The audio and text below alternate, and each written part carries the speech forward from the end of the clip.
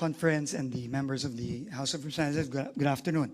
I will be very brief, just a few slides po to present. But before that, I think it's very important po for me to make it very, very clear why we are all here discussing this very, very important and quite frankly, unprecedented reform measure that the President initiated this year, which is the reduction of the construction materials price data, which has never been done at this level and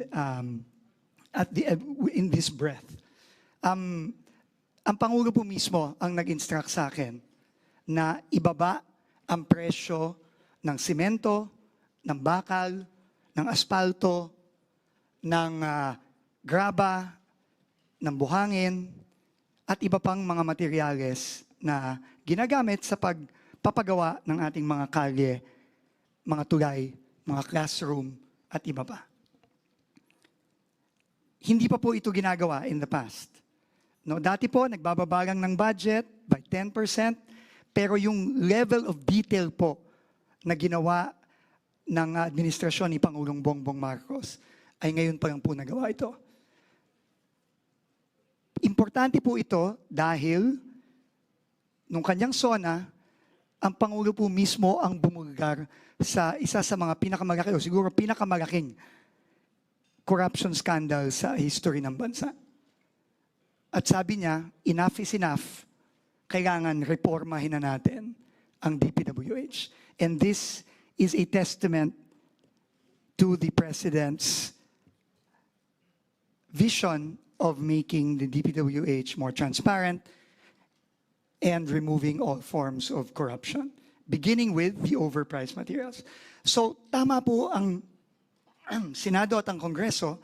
Sinabi ko po paulit-ulit na dahil sa utos ng Pangulo, binaba po namin ang presyo ng iba't ibang materyales sa pagpapagawa ng ating mga iba't ibang proyekto sa DPWH. Tama din po na nung pong public hearing, ito mismo ay inanunsyo ko at inimplement na po namin with a special issuance that was issued 2 months ago. At ito ay sa kasulukuyang ini-implement na nga po din po namin, hindi lang para sa mga proyekto for the 2026 budget, kundi pati sa mga proyekto ngayong 2025 na hindi pa napoprocure. Ito nga po ang naging suggestion mismo ni Senator Lauren Legarda nung public hearing at tama po siya doon. At yun po ay ginagawa na rin po namin. Ngayon po, ipapaliwanag ko lang po sa Senado at sa Kongreso kung ano ang proseso para gawin ito ng tama. Yun lang naman po. No? At bago po ako magsimula, gusto ko lang po sigurong i-correct yung mga iba't ibang mga balita na naririnig natin. Unang-una, hindi po totoo na ibinabalik na po ng DPWH yung dating presyo. Hindi po totoo yun. Nakita ko po yun sa social media kahapon, pagkatapos namin ilabas ang statement, narinig ko din po ngayon. Hindi po totoo yun. Ang presyo po na ibinaba na natin ay hindi ibabalik sa lumang mas mataas na presyo. At sa tingin ko po, dahil sa reforma ng Pangulo, hindi na ito imababalik in the future. Dahil sino pa pong presidente o DPWH secretary ang pwedeng magbalik nito na ngayon na naibaba na natin sa tamang presyo. Yun po ang unang-una. Ikalawa po, wala pong ibang project na ipinapabalik ang DPWH. Wala po. Whether flood control project or kahit anong project, wala po tayong laman, wala pong laman yung ating kasulatan kay Senator Win Gatchalian at sa House contingent na nagsasabi na pinapabalik po natin ang iba't ibang mga proyekto. Wala po tayong pinapabalik na kahit anong bagong proyektong tinanggal na.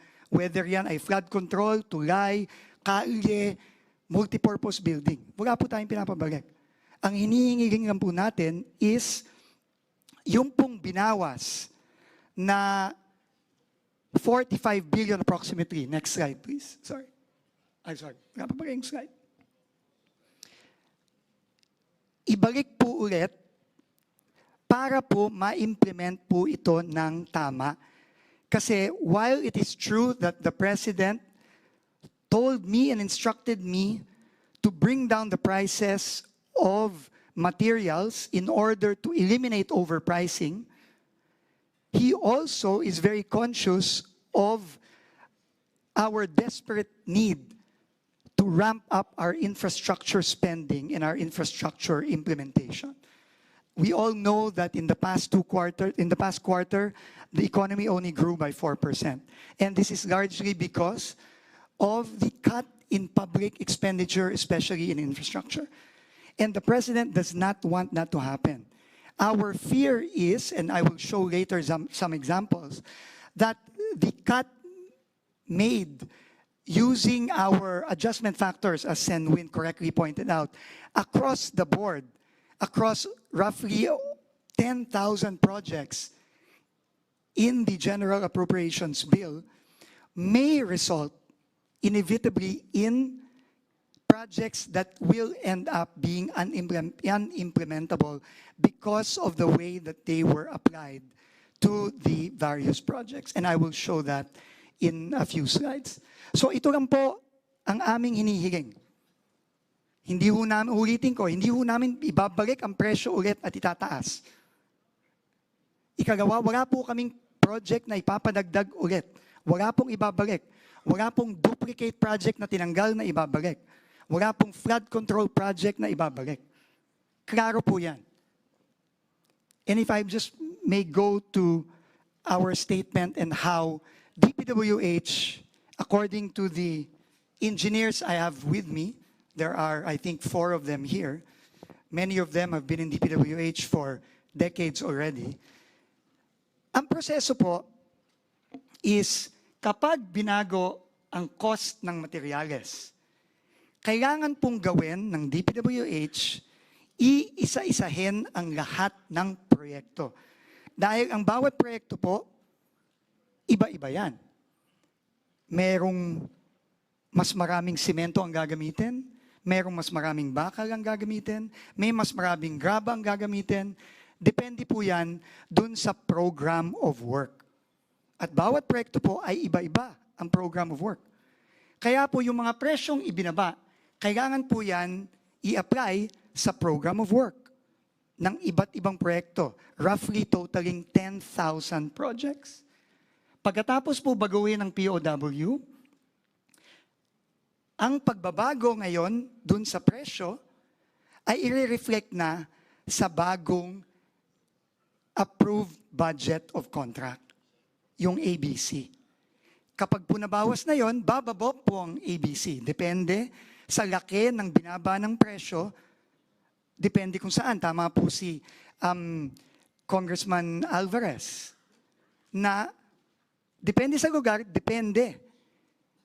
Depende ang presyo ng simento, ng aggregate, ng graba, ng buhangin, ng asfalto, depende sa lugar. So kailangan po yan iisa-isahin. At kapag po nababa na yung ABC, yung approved budget of contract, ito na po ang magiging bagong budget. At ito na po ang ipapublish ngayon para ipabid at iprocure ng DPWH. Yan po ang proseso. So ito lang po ang gusto namin ipaliwanag. Ngayon po, gusto ko pong magpakita ng mga example ng mga proyekto nandun sa isa sa mga 10,000 proyektong naapektuhan nung pagbaba ng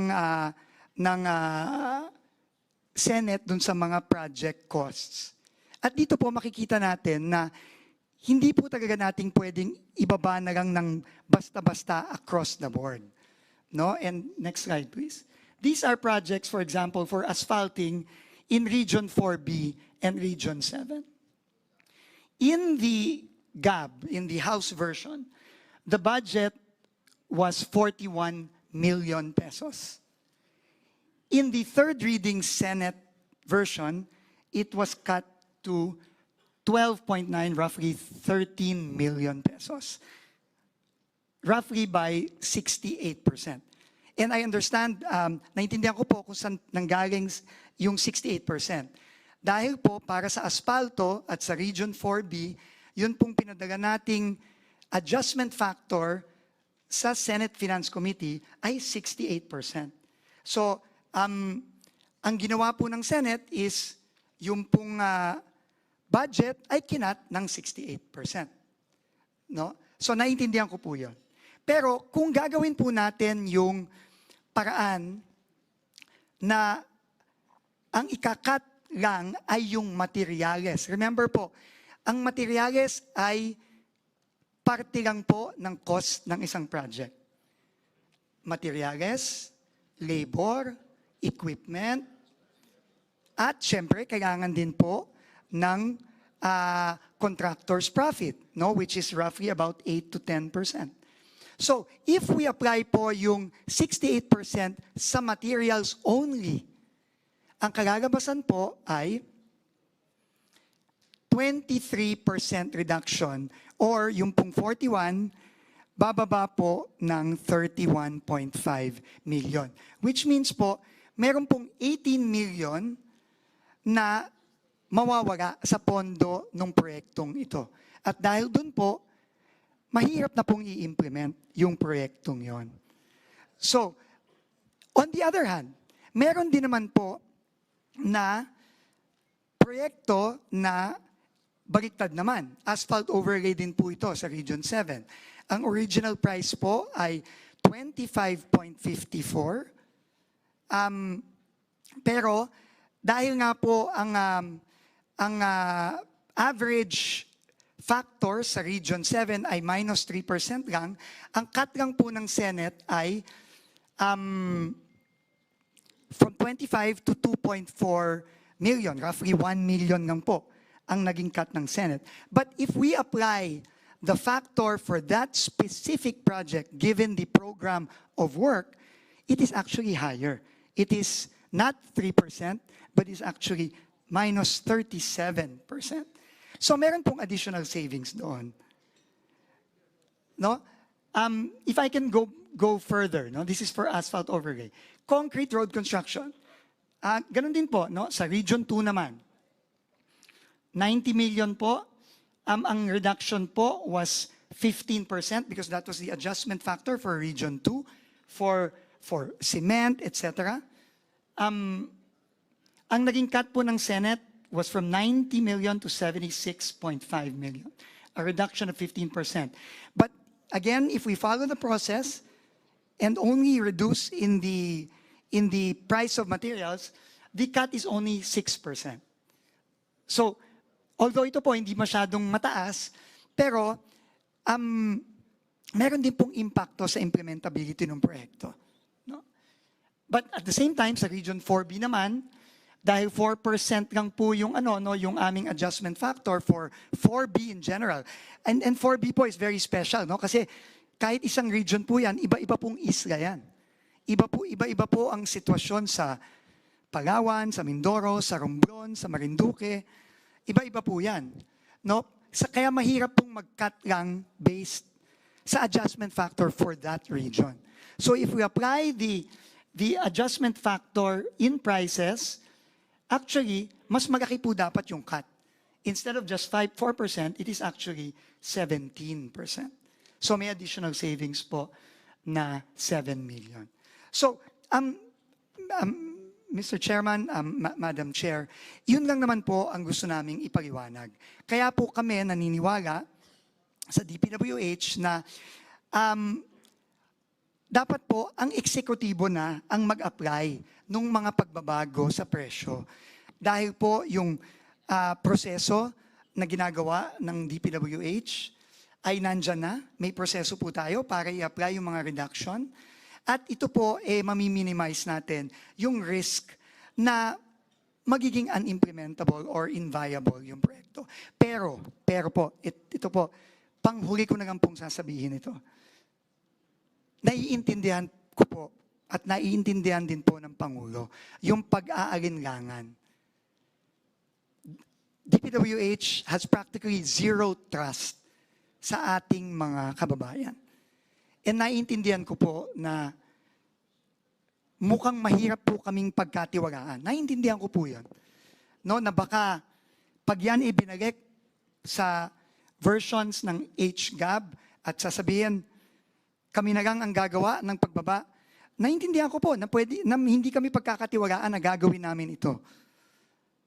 Kaya po, naglabas po ako mismo ng department order, which again has never been done, mandating all regional directors, all district engineers to implement this strictly. At kung hindi po ito implement, we will not authorize the procurement of these projects. And if they do not implement it, yan po ay may kaakibat na mga penalty, both administrative and possibly even criminal. Ginagay po namin yon, and we have given copies of the department order I signed to the members of the Bicameral Conference Committee. Yun po ang gagawin namin. Alam ko po, mahirap po kaming pagkatiwalaan. Pero yun po ang hinihiling namin sa inyo ngayon. And obviously, with Congress's oversight function, anytime po, pwede nyo po kaming i-check kung ito po talaga ay ginagawa namin. Lalong-lalo na po, nag-launch na po ng ating Pangulo ang transparency portal ng DPWH. Meron po doon live streaming ng lahat ng mga bids. Makikita nyo po doon, pag pinablish po, mako-compare nyo po, binababa talaga ng DPWH ang cost ng mga proyektong ito.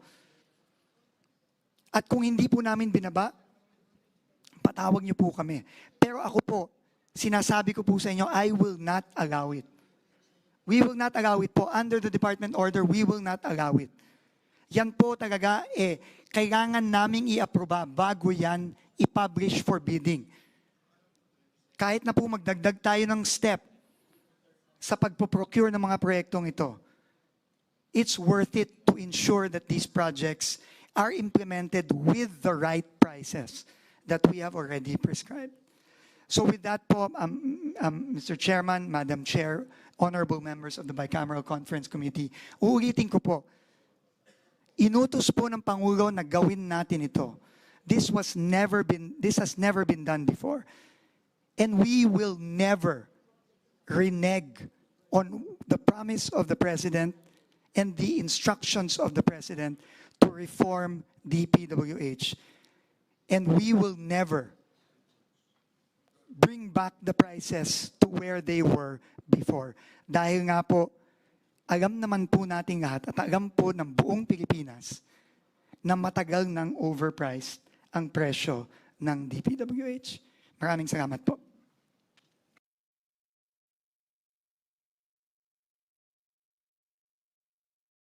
Yes, Senator Lawrence recognized. Thank you, Mr. Chair. I know we had to check whether the rules would allow a member of the BICAM to ask questions, but it is important that we seek clarification from Secretary Dizon. Do you accept the fact that it was the DPWH through you or maybe your staff during hearings and in the plenary that actually advised the Senate to cut the cost, because indeed in the previous administration you claimed, and it's on record, that the cost of some, not all, projects might have been overpriced? Ma'am, this needs clear clarification. In the Senate hearings and in the plenary, we admitted that the prices were overpriced. Okay, Absolutely. that's all Absolutely. Ma'am, but I think it's very important. No? Yeah. We also said that we are going to bring down the cost, Yes. which we did. But in the same hearing, and I have it on record, Mr. Chairman, Madam Senator, that when I was asked on how to implement the changes in the prices, I put it on record that the best way to implement is for DPWH to implement it by going through each and every project and bring down the cost based on the programs of work of each and every project. That I put on record, Madam Chair. Mr. Chairman. Thank you. Very clear. And we spoke about the CMPD, the cost price data, and the DUPA, the detailed price analysis as well. We were in a conversation outside of this hall. Can the good secretary please just tell us on the overprice for asphalting, because that's what you mentioned to me.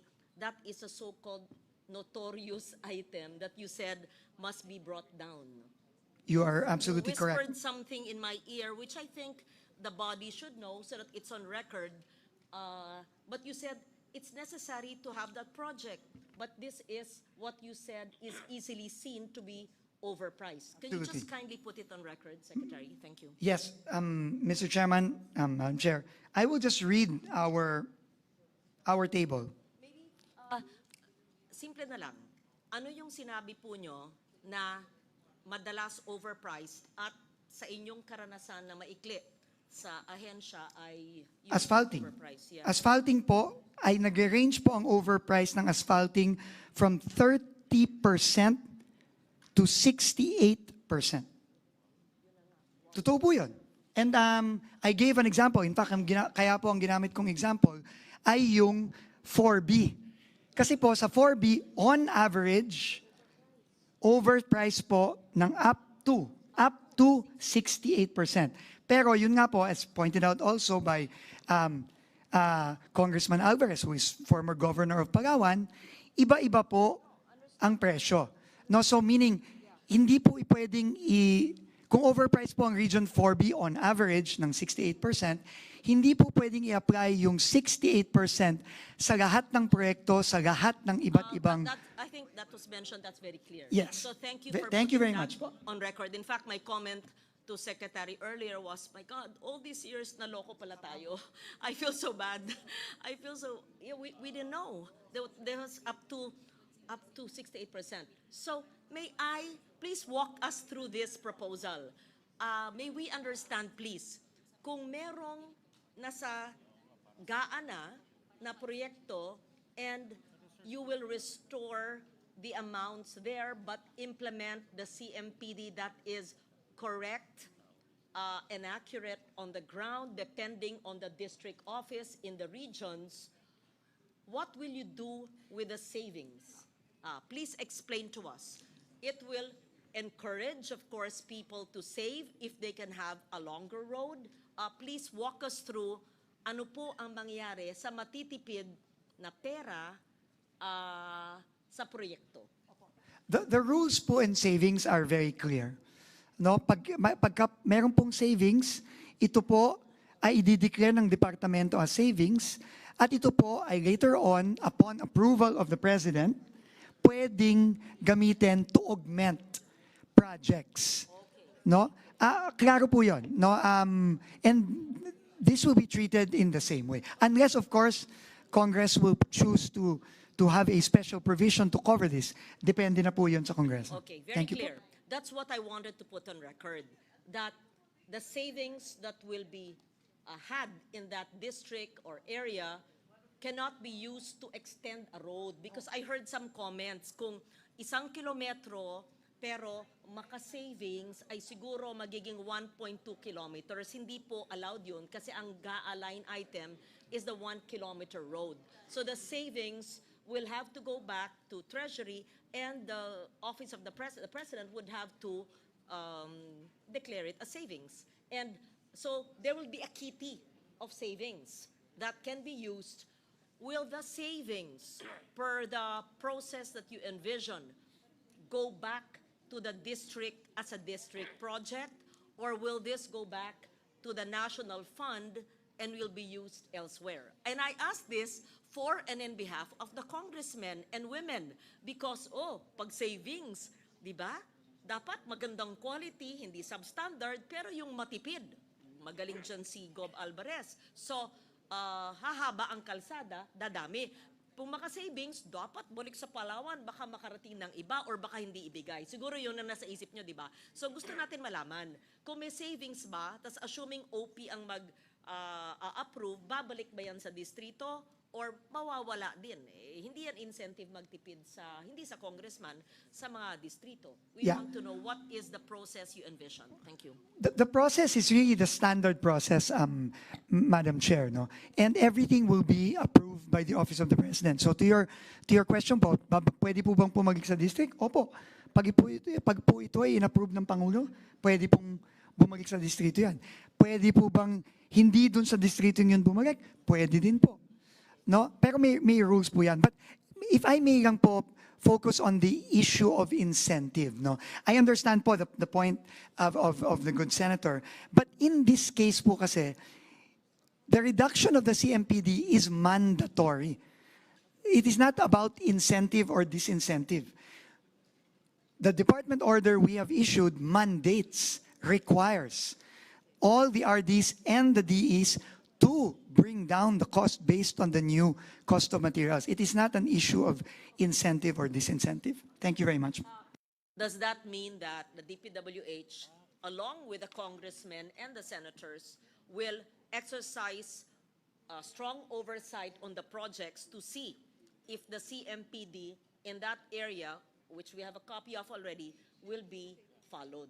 Absolutely, Madam Senator. But certainly, there will be savings because this is a NEP which you did not prepare. Absolutely. So there will be savings. Yeah. Yes, and we already gave an estimated amount. Again, this is Yes. estimated. This will have to be borne out by the actual adjustments per project, but we are estimating roughly about 60 billion pesos in savings when the CMPD is implemented for all projects What is this? under the 2026 What am I supposed to budget. What is it? Thank you very much. Yes. Thank you. I will allow my colleagues Madam to Chair. ask further questions. Thank you. Yeah, Madam Chair. I would like to recognize Representative Brian Yamsuan. Madam Chair, we have talked about the step-by-step engineering process that we're implementing dito sa ating CMPD. And ang tanong ko lang, Secretary Vitz, kasi syempre lahat ng mga kababayan natin nakatingin sa atin doon sa mga presyo at lahat. Kaya gusto mo ibalik dahil yung sa estimate natin, kailangan natin gawing tama. At yun din ang sinabi ni Senator Win Gatchalian na we have to do this right. Kailangan natin gawing tama. Pero syempre, kailangan din tignan natin yung sa ekonomiya. Kung naging unimplementable ang ating mga ibang mga projects natin dito sa dahil dun sa sweeping yung pag-adjust natin at nagkamali at naging unimplementable, ano ang cost nito bilang isang ekonomista din? Ano ang cost nito sa ating bansa? Maraming salamat po. Napakaganda po ng tanong. No? Hindi ko po masasabi right now kung ano ang exact cost. No? Pero pag ang project po ay hindi ma-implement, unang-una po, malaki po ang economic cost niyan dun sa komunidad kung saan hindi ma-implement yung proyekto. Unang-una po yun. At ikagawa po, pag ito ay pinagsama-sama natin, in-add natin lahat yan, malaki po ang magiging cost niyan sa ating ekonomiya. Dahil po, pag ang project po ay hindi na-implement, meron pong mga construction worker na hindi magtatrabaho. Meron pong mga hardware, hindi mabibigyan ng simento at ng bakal. Meron pong mga kumpanya na hindi kikita. So malaki po ang impact nito pag ito ay pinagsama-sama. Pero mas importante din po yung epekto sa komunidad. Kung yan pong proyekto yan ay kailangan ng komunidad at ito po ay hindi na-implement, kawawa din naman po yung komunidad na yun. Maraming salamat kasi talagang yun ang concern din namin sa aming mga distrito kasi yung economic activity, napaka-importante niyan para sa ating bansa. At alam naman natin, ang gobyerno ang pinakamalakas talagang gumastos pagdating sa mga proyekto at inaasahan namin sa aming mga distrito. Yung economic activity nagsisimula dahil sa mga proyektong ginagawa ng ating pamahalaan. At yung concern din ng ating mga senador, nakukuha din naman natin. Gusto natin gawin na itong tama kasi nga nakatingin silang lahat sa atin ngayon. At ang tingin ko, mas kailangan natin tignan talaga yung economic impact more than ever. And I recognize the work that Secretary Vince Dizon is doing kasi mahirap talaga now to really adjust everything and at a short period of time. Pero nagagawa natin at siguro ang tingin ko kailangan din natin humingi ng tulong sa ibang mga ahensya na pwedeng tumulong sa atin upang mas lalo natin mapaganda yung sitwasyon ng lahat in terms of the pricing also. Yun lang po, Madam Chair. Thank you very much. Madam Chair. Madam Chair, Mr. Chair. Senator Erwin first and then Congressman Abbott. Mr. Chair, may I just ask, kasi po dito sa hawak po nating papel na itong day 2 natin, disagreeing provisions, napansin ko lang po kasi dito under po sa Department of Public Works and Highways, parang 1, 2, 3, 4, 5, 6, 7, 8. Parang 8 line items lang po ito. Parang puro, kaya nga po, Mr. Chair, siguro I would rather ask the committee chair na kung pwede o siguro in a separate page kasi baka pagdududahan tayo na tayo may mga insertion. Samantalang ang ibang agencies like NIA, Mamil Pump Irrigation, Santa Maria Pump Irrigation, nakalagay po. Dito hindi mo natin malaman, hindi nga, kanina pa namin sinisurvey ni Senadora Amy kung saan dito yung kalsada, kung saan dito yung road repair, rehab. Wala ho eh. So, can we siguro po, bukas pwede natin ilagay kung kakayanin pa, item by item, para makita naman ng kababayan natin na kung saan napupunta po. Kasi po dito, Convergence and Special Support Program. Ano ba itong Convergence Support Program? 234 billion po ito sa House. Sa atin, umakyat pa 259 billion. Sa bridge program, bumaba. Sa asset prevention program, maybe we can explain further, Mr. Chair, para po sa kaalaman ng mga kababayan natin, ano ho ba talaga ito mga ito? Kasi baka sabihin po, may tinatago po tayo dito. That's all, Mr. Chair. We'll take note of that, Senator Erwin. We'll take note of that. Thank you. Thank you, Mr. Chair. I'd like now to recognize Representative Albert Garcia. Thank you, Madam Chair. Thank you, Mr. Chair. From what I gather, sa aking naintindihan dun sa pinaliwanag ni Sec. Vince, ang sinasabi po niya is context changes everything. Kailangan magkaroon ng konteksto yung project kasi may uniqueness, may peculiarities ang bawat project. As also explained by Congressman Pepito Alvarez a while ago. May malalayang lugar, may malalapit na lugar, iba-iba yung presyo ng materials, kaya hindi pwedeng sweeping or one size fits all. So we have to consider the context of each project para maging practicable nang sa ganon ma-implement at gumalaw yung local economy aside from the direct benefit of the project, katulad ng sinabi ni Kong Brian. So, pag ganon, I think it's very logical and reasonable na yung i-consider natin yung konteksto ng proyekto para ma-implement at malagay talaga yung tamang presyo. So, there's a lot of engineering districts all across the country. Lahat yan may konteksto, may uniqueness, may peculiarities. Yun ang dapat i-take into consideration ng ating engineering team under DPWH at yun ang gawing price ng material. Tapos, ang ating Pangulo at ang DPWH naglagay na po ng mga transparency portal. So aside from namomonitor yung mga nagawang projects, mamomonitor din po yung mga gagawing projects. Real time. So, in context, yung mga local civil engineer society, local church leaders, mache-check in context. At ito po yung pinapangako ni Sec. Vince na they are open to being checked or being critiqued by the local civil society, local experts, or to anyone else.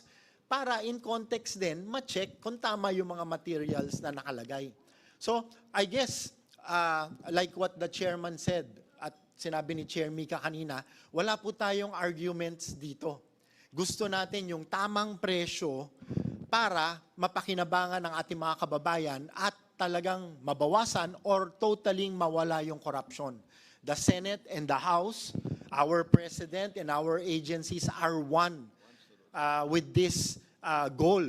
At kailangan lang natin ilagay sa konteksto nang sa ganon, tama at practical yung ating ginagawa, ma-implement, makinabang directly sa proyekto at indirectly dun sa trickle-down economy at yung 4% natin na GDP, hopefully, unti-unti na pong tumaas. So thank you, Mr. Chair. Thank you, Madam Chair. Senator Kiko. Yes. During our caucus this afternoon, Secretary Dizon, we were discussing the matter with Senator Legarda. And she quoted you directly as saying, in one of the hearings, if I'm not mistaken, na, number one, kung pwede, tanggalin ninyo. Tama? Tanggalin na ninyo. At pangalawa, if I recall correctly, dahil hindi ko rin magagamit, tama ba? Or hindi ko rin, kumbaga, inaayos pa namin yung, maybe, yes. Yes, could you, Yes. maybe Senator Legarda can help me here. I just want to understand that because kung yun ang pagkaintindi ko, bakit pinababalik nyo ngayon yung pinatatanggal ninyo? Unang-una po, thank you very much, Mr. Chairman, Senator Pangilinan. Unang-una po, tama po yung sinabi ni Senator Loren. Sinabi ko po talaga, overpriced yung mga budget na yun. At ibababa namin ang presyo. Ginawa na namin yon. Ang pinag-uusapan po natin ngayon talaga is, paano po natin i-apply ang pagbaba ng presyo. Sinabi ko po sa hearing, nung tinanong po ako, pwede na ba nating ibabayan lahat ngayon?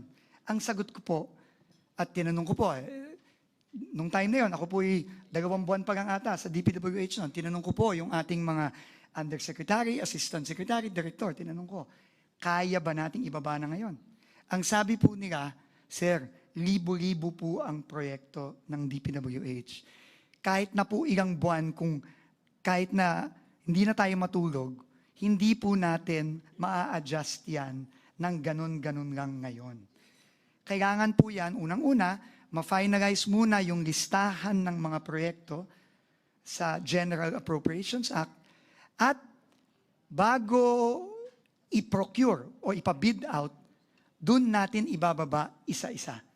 Yun po ang prosesong sinabi sa akin na dapat gawin.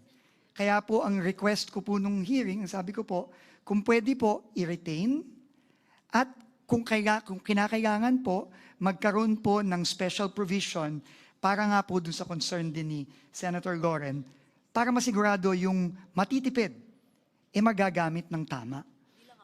O, lahat po. So, yun po ang aming posisyon nung public hearing. Pero po, nung nakita nga po namin yung third reading copy ng Senate, nakita nga po namin na ibinaba yung mga proyekto at ginamit yung adjustment factors na binigay po namin kay Senator Win. Yun po ang nag-prompt sa amin na sumulat at mag-request na kung pwede pong ibalik dun sa levels ng HGAB at yung pong pag-implement nung adjustment sa presyo, DPWH na po ang gagawa prior to procurement.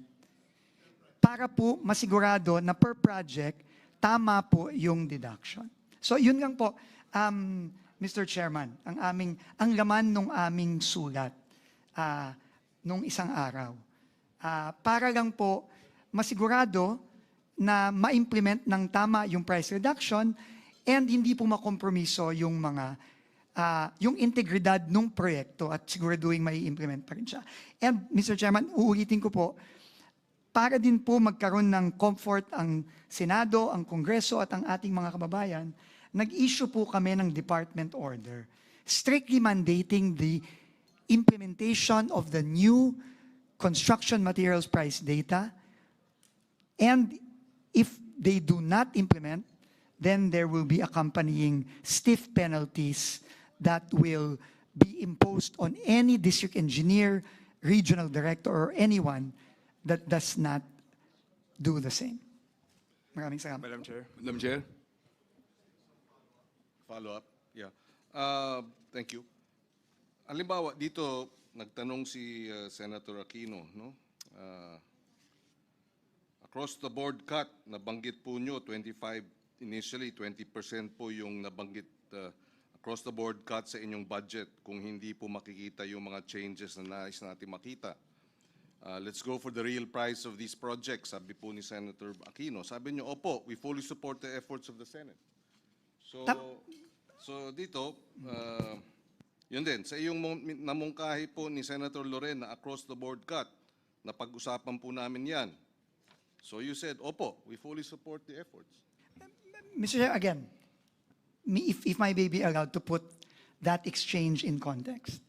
During this hearing, there was no reduction in the prices of materials yet.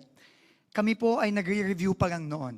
Kakautos pa lang po ng Pangulo noon na repasuhin, rebisahin ang presyo ng mga materyales. Kaya po, ang Senado nagsabi, kung hindi gagawin ito ng DPWH, ikakat na lang ng Senado ng 25% across the board.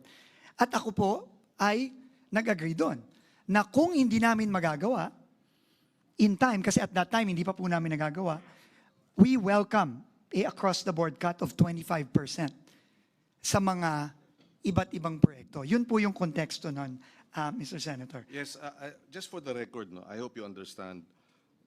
Yung konteksto, kasi konteksto rin ang pinag-uusapan natin, no? Konteksto doon sa construction, yung probinsya, yung region. Konteksto din dito kasi, nakita natin sa mga flood control hearings yung 25%. At nakita natin, or at least we were inferring, kaya siguro kaya overpriced ang mga ito dahil kailangan mong i-accommodate yung 25% na dinideliver sa mga proponent, etc. Di ba? And that's why, ang concern namin ngayon, bawasan natin at binawasan ng Senado.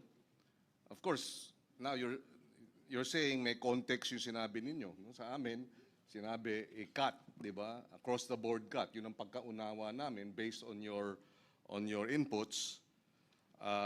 And therefore, I hope you can understand na eto tayo, binawasan natin dahil nga overpriced, tapos ngayon ang hinihingi, hindi, ibalik ninyo. Yun ang concern. Paano natin ipapaliwanag sa tao yun? No, na yung hinihingi, yung desisyon namin para kaltasan dahil sa kayo mismo ang nagsabing overpriced, ngayon, kailangan namin baguhin yung desisyon at ibalik yung kinaltas namin dahil overpriced. Paano matutugunan yung overpriced na binibigyan mo? Kumbaga sa sunog, hindi kaya nilalagyan pa namin ng dagdag na gasolina yung apoy? Kaya sa pagbibigay ng ganong klaseng ibalik yung pondo? Mr. Chairman, I think, thank you very much po. 100% po, agree po ako sa inyo. Ang issue po ay overprice. Totoo po yun. Nakita ko po talaga, overprice po talaga. Overprice po ang semento, ang bakal, ang asfalto, lalo ng asfalto. Ang graba, ang buhangin. Hindi po tayo nagkakatalo doon, Mr. Chairman. Ang sinasabi lang po namin, yung paraan ng pagbabawas, dapat po gawin project per project. Project per project po dapat gawin yon. Dahil po kung hindi po natin ang gagawin ng project per project, meron pong mga proyekto, katulad po nung pinakita ko sa presentation kanina, na lalabas po, hindi na po mai-implement dahil sobra po yung pag-apply nung reduction. Yun lang naman po. Lahat po, maniwala po kayo, lahat po ng proyekto ng DPWH, dahil po sa pagbaba ng presyo ng construction materials na minandate ng ating Pangulo, bababa po lahat yan sa 2026. In fact po, kahit po yung ngayong 2025, bumababa na po ngayon yung mga hindi pa napapabid. Pero, kailangan po gawin natin yon ng tama na hindi natin i-risk na yung mga proyekto na kailangan ng mga komunidad, hindi na mai-implement. kamukha po nung nakita natin kanina. And at the same time, Mr. Chairman, kung mapapansin niyo po, meron po ako nakita doon na sobra yung bawas, pero meron din pong kulang ang bawas. Meron din pong kulang.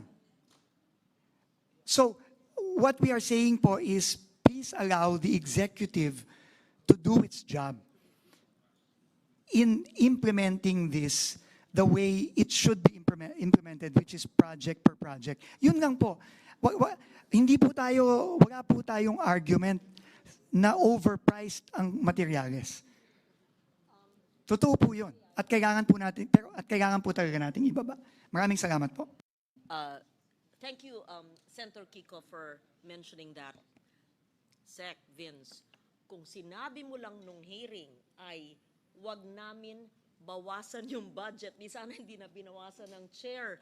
Kami na lang sa implementation ang magbabawas, di wala pong ganito. Pero I'm not blaming you kasi I don't think there's a misunderstanding. Alam naman buong Senado, including the leadership, hindi ka naintindihan. We just wanted to make it clear. Nanggaling po sa inyo na bawasan nyo ang budget ko. You kept on saying, even Senator P, everyone, bawasan nyo yung budget ko kasi talagang hindi akong gumawa ng net na yan. Di ba yun ang sabi nyo eh? Kaya po, ang LB Remo at lahat nagpagod. Kundi na kami sa magpapagod, nakailang walang tulog. Bawasan nyo ang budget ko kasi talagang overpriced. Sa pa, pwedeng across the board. You're very aggressive about it. So, yun siguro ang pinagtataka ni Senator Kiko at marami. And I ask this in behalf of Senate President Soto because, of course, he was not attending all the hearings, but he's getting the information from the chair and all of us so that we can also appropriately advise the leadership about what transpired today. Thank you very much. If I may, Mr. Chairman, just respond. Unang-una po, ang budget po ng DPWH ay bumaba na po ng mahigit 40%. I think this is the lowest DPWH budget since 2019, if I'm not mistaken. Ikalawa po, tama po kayo. Sinabi ko po, nung ako po'y tinanong, okay lang ba i-cut ng 25% kung hindi nyo maibaba ang presyo ng cost of materials? Because at that time, hindi pa napapababa. Ang sagot ko po was a resounding yes. Was a resounding yes. So, pero nga po, nung nakita po namin yung epekto sa ibang mga proyekto, hindi po lahat. Napansin nyo naman po, dun sa iba nga po, kulang yung bawas eh.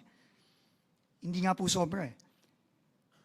I think it is incumbent upon us also to ensure that the projects listed in the General Appropriations Act, once it is passed, are all implementable. However, given what you saw in the example that we gave, there is a risk that some will not be. And this is again a request. Of course, the power of the purse lies with Congress. And at the end of the day, the executive will abide by whatever General Appropriations Act is passed. But I think it is incumbent upon us in the executive to also point this out. And I think importante din po yun, no? Because while I'm sure none of the senators would also want projects to be unimplementable. And I think it is incumbent upon us to point that out and to clarify and inform the Senate and Congress about it. Thank you po. Madam Chair, just a follow-up on that questioning. I'd like to recognize Minority Leader Marcelino Lebanan. Thank you, Mr. Chairman, Madam Chair. Yung statement mo, Secretary, kanina, ay sinabi mo na dahil sa sobrang pag-apply ng deduction, may mga project na hindi may implement. At sa aking pagkaintindi, mga 10,000 line items ito. In terms of percentage, ilan sa tingin mo pag sinubrahan natin ang pag-apply ng deduction, ilang percent ang hindi may implement? Mr. Chair, maganda po yung tanong, pero mahirap pong sagutin. Kasi uulitin ko nga po, kailangan po ito iisa-isahin natin. Iisa-isahin natin ang bawat proyekto, yung 10,000 proyekto na yan, para po malaman natin kung ano ang magiging unimplementable at ano ang magiging implementable pa. So, pagpaumanhin niyo na po ako at hindi ko po masasagot ngayon yung yung tanong na yun. Kaya nagtanong po ako dyan, dahil ano ang consequence natin sa GDP rating natin next year? At ano ang magiging consequence dahil sa mga pinakita mong data? Kung sabihin natin 50% hindi mo ma-implement, anong mangyayari sa countryside? Roughly, sa construction business ng public works, umaabot tayo ng 4.5 million workers unofficially na nagtatrabaho. Kung 50% ay hindi natin ma-implement, mayroon tayong mga tao na mawawalan ng trabaho na 2.25 million. Ganito po kalaki ang desisyon na ito. Maliban lang sa mahihirap na umaasa ng trabaho, ang ekonomiya, ang production ng construction materials, maraming maapektuhan. Kaya maganda na yan na napapakinggan po natin si Secretary Vince Dizon dito. Maraming salamat po. Mr. Chair, quick response lang po. Doon pa lang po sa pagbabawas ng halos 40% sa budget ng DPWH, malaking epekto na po yan sa ekonomiya. Dahil alam niyo naman po, ang ekonomiya natin ay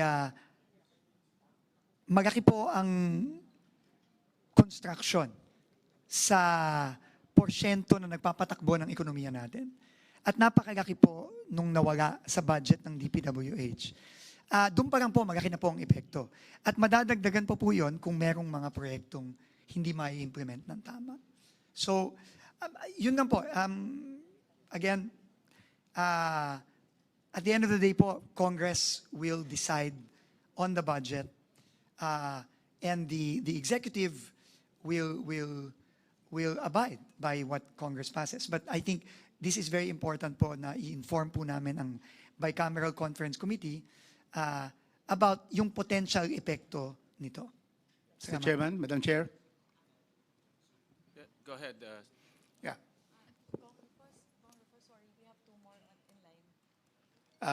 I withdraw. Very quickly. Senator Lauren first, I think. No, Okay no, na? Sige. Secretary Dizon, I hope you understand, no, na based dun sa hearings and the transcripts are here,